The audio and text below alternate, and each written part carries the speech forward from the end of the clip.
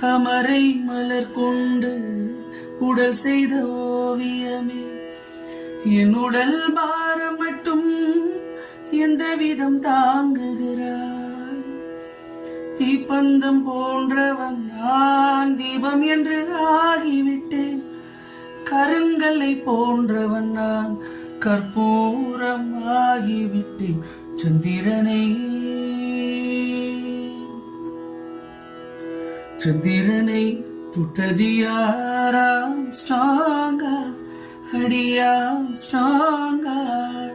சத்தியமாய் துட்டதியார் நான் தானே, அடி நான் தானே. கனவு தேவதையே, நிலவு நீதானே, உன்னிடலும் நான் தானே. கனவு தேவதையே, நிலவு நீதானே, உன்னிடலும் நான் தானே.